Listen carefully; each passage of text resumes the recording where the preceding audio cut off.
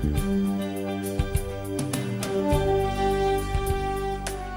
there, this is Pierre with Art of Clean and welcome to my video series. Today I'm talking about terracotta tiles. We recently had a client that contacted us and said she had a tile floor installed, in this case terracotta, and about 2 months after the install the floor is starting to look really dirty and she's finding it very hard to maintain.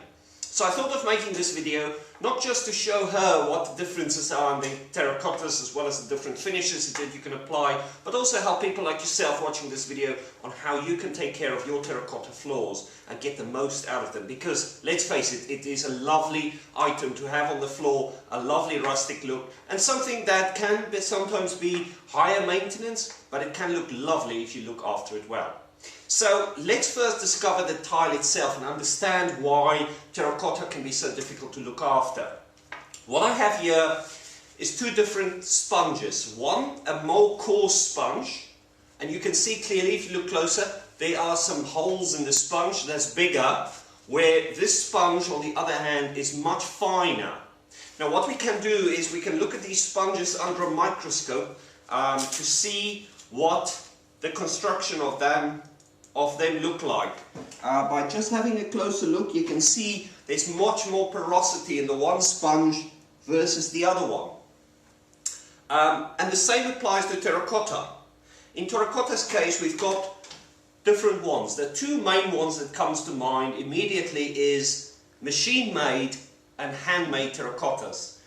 What I found in our experience with regards to machine-made terracottas, it is a much denser tile. So for that reason we can compare it to this sponge that's much finer. The handmade terracotta hasn't been pressed so hard as the machine-made terracotta. For that reason I will compare it to the sponge with the bigger holes. It's less dense but makes it much more porous. So if we do the same with the terracotta, if I bring forward this machine-made terracotta, lay it down and we look at it under the microscope, we can clearly see that's a fine, dense structure, where in this case the handmade terracotta is a much rougher surface, and that means more space for the dirt to hang on to.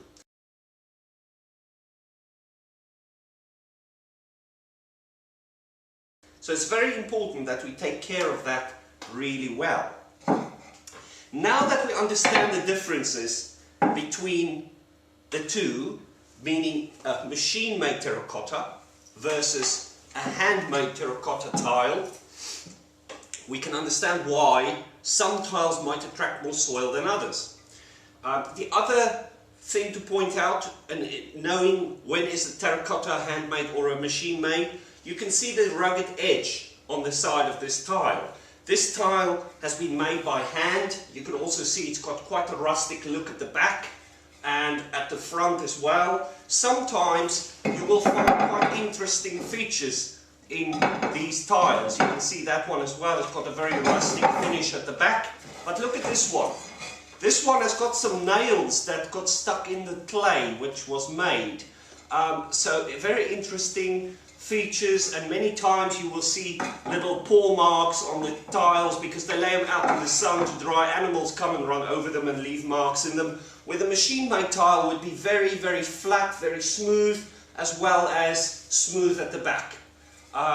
So that's the main difference between them. Also here we have a different one altogether. This is a black terracotta. This terracotta tile comes from fired earth. Again handmade, you can see there, and at the back it's a real rustic finish. So now that we understand them better, let's talk about the finish that we'll put on these tiles. People tend to install these tiles and then head down to B&Q or the likes of that to go and get a finish, but they don't understand, as there's different terracottas, there's also different finishes you can apply to the terracotta. The two main ones we would refer to today will be impregnators or otherwise topical sealers, and then the third option we will talk about is boiled linseed oil and wax, which is a more traditional way of doing it. So let's explore those quickly and understand the differences. What we want to do is get this tile to repel any soiling that might come in contact with it.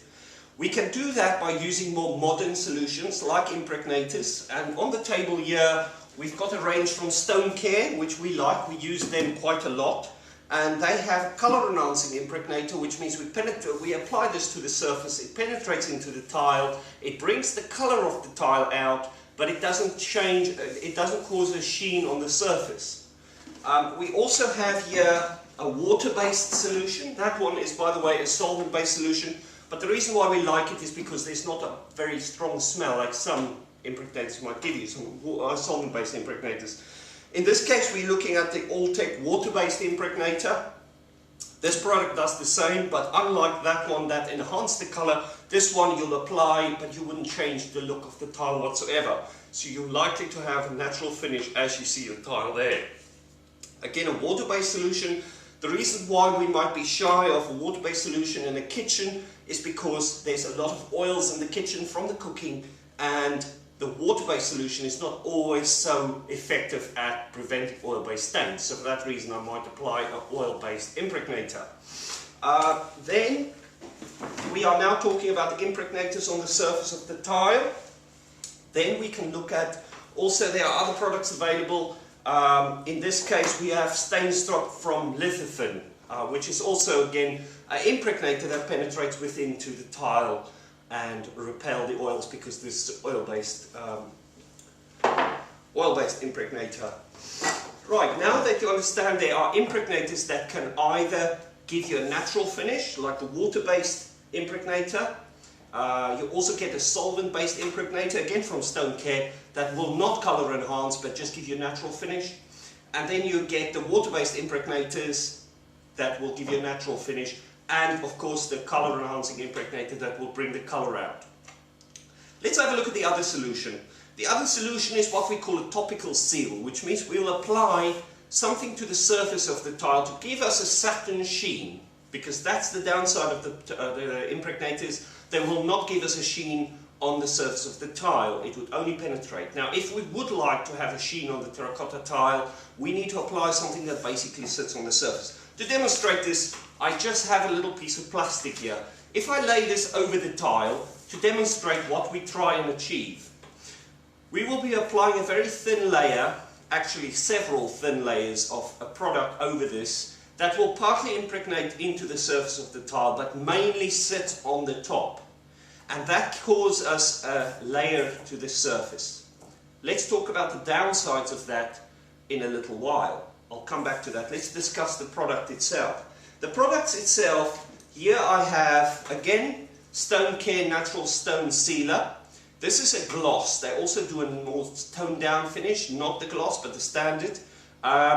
And we can apply that to the surface of the tile. It's very important that the tile is clean before we apply these products. All of these, the tile has to be very clean before we apply the product. So that's the Stone Care one. We also have Lithofen that does a topical seal that goes over the surface of the tile. So now that we understand the two differences so far, we've got the impregnators and then we've got the topical sealers.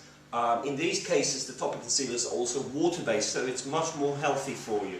There are solvent-based topical sealers out there, although I'm not very keen on them. Let's look at the third option. As I mentioned earlier, the more traditional way of doing it. The more traditional way of doing terracotta is by applying linseed oil and wax. Here we've got several different pots of wax and we've got the linseed oil. Now if you do go down the route of applying oil to your floor and then followed by wax, we advise you take some advice and know what you're doing. If you do want to do it yourself, make sure you do a little test first. The very important, do thin down your linseed oil, especially this time of year when it's like a little colder over the winter time, autumn maybe, early spring. Because it's colder, the oil tends to be much thicker. So it's very, very important that you thin the oil. We thin the oil by using turpentine substitute so that we get a nice thin oil that can penetrate nice and deep into the terracotta. The problem is, if you don't do that, you might find yourself ending up with a very patchy surface. A handmade terracotta in particular has got several different areas to it that might be more dense than others, and that absorbs much more of the oil. So if you apply a very thick gloopy oil on the surface, it might penetrate into certain areas but not into others. And that has happened many times with us when we turn up and we look at the floor and it's very patchy, and that's because the oil hasn't been applied properly. Sometimes by that time it's very hard to reintroduce oil to those surfaces because the surface has already been sealed. So we thin the oil into turpentine, and then we take that and apply that to the surface. This tile, for instance, has had a coating of oil, and you can see there that the nice red-brown color has come out versus this tile that hasn't had much, and that's more natural terracotta finish. People do like the red-brown finish to terracotta. Now that we've oiled it, we had to make sure that the oil is cured onto the tile, and it's very important that you never leave a surface film of oil on there. You have to wipe it down as soon as it goes down. We leave it to dry and cure, and then we introduce the waxes. Now we do use several different waxes. In this case, I've got a more natural finish wax, that's not color, and then I have got a more antique finish here, LTP Antiques Beeswax. So what we have there is a much darker finish, so we can introduce even more color to the terracotta. So those are the finishes we can apply to the terracotta floor. Now you might wonder why this brush is next to me, because this is very important to get a nice sheen to the terracotta once you've applied the wax. The wax, very much like polishing your shoes, if you want to get a sheen on the surface of your shoe, you would find it very hard to do that with a cloth. But if you introduce polish to your shoe and you use a brush, you're much more likely to get a shine. So what we do at Art of Clean, we would use a natural fibre brush with a machine to polish the tile up once we've introduced wax to the surface.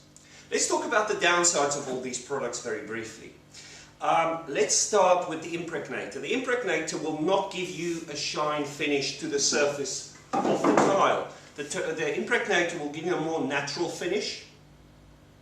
And then also the topical sealer will again give you a shine, but it will not be as hard wearing. This is the problem we face with topical sealers. They do tend to scratch, especially where chairs get moved in and out on the tile. They do remove that surface. Now, if you leave it to become severe, the only way is strip the whole floor again and start all over again. So that's why sometimes people shy away from topical sealers. Let's talk about the boiled linseed oil and wax. Boiled linseed oil and wax can bring the colour out in your terracotta. In fact, it doesn't allow you the option not to bring the colour out in the terracotta. So if you do want a toned down matte finish, natural as the terracotta comes to you, then I would advise you consider an impregnator. But if you do use linseed oil and wax, you can then introduce a sheen to the surface as well by using a polishing brush.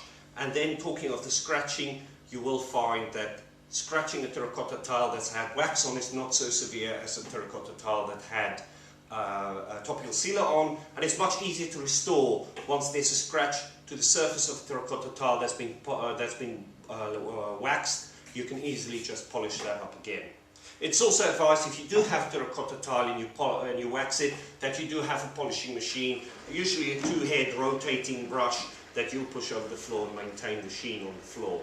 Also with wax, never apply too much wax. Rather polish up what you have on the surface than go too aggressive and have too much wax on the floor, because that will attract soil as well.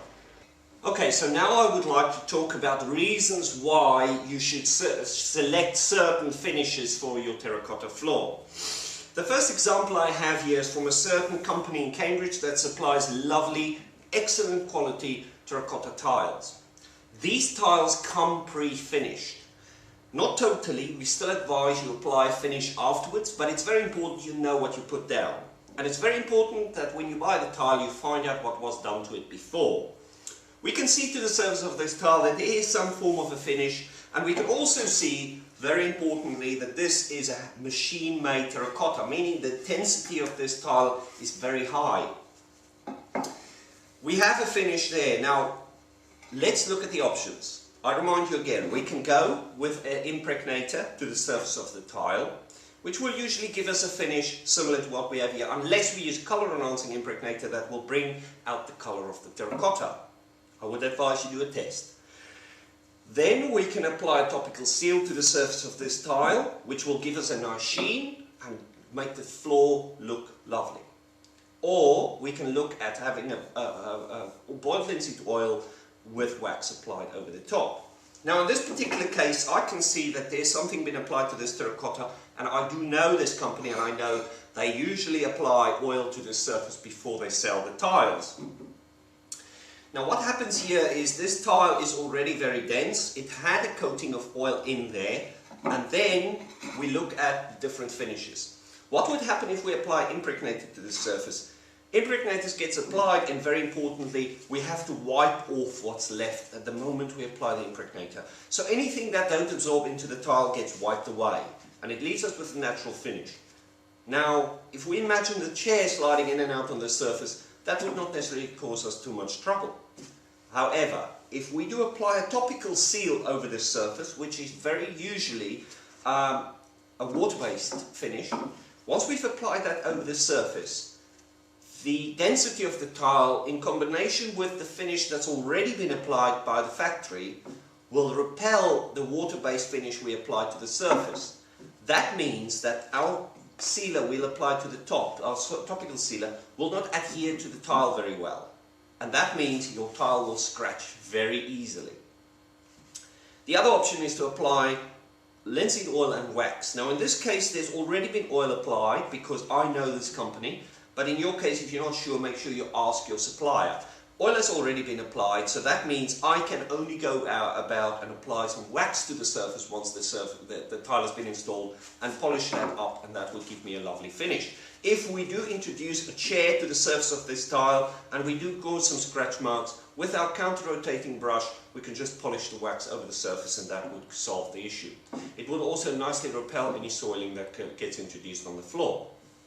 Right, now let's have a look at the handmade terracotta that I had to go and look at recently. They had 100 meters of this type of tile installed. This tile was unfinished and they've installed it on the floor. Very soon the tile started resoiling. They told me that an impregnator was applied to the surface and that wasn't sufficient. Now I would like to take you back to the sponge with the big holes and the very fine sponge and compare the two. Now in this case, this sponge would very well represent our tile here. By applying an impregnator to the surface of this sponge, or to your terracotta tile, you will find it penetrates into the surface, but the big holes are still very much visible. That means your terracotta tile, even with the impregnator, will still have a surface that grabs onto dirt very easily. Even if you mop this surface with a mop, you push the dirt around, and not all of the dirt gets absorbed by your mop, but it gets left behind in the little holes in the terracotta. So, now we've had this tile and we've applied the impregnator, but we find that it resoils quickly. What's our solution? We've tried impregnator, we know that doesn't work. We do understand the limitations of impregnators. We do know that the topical seal, if I may lay this over the top, can give us a barrier to the soiling.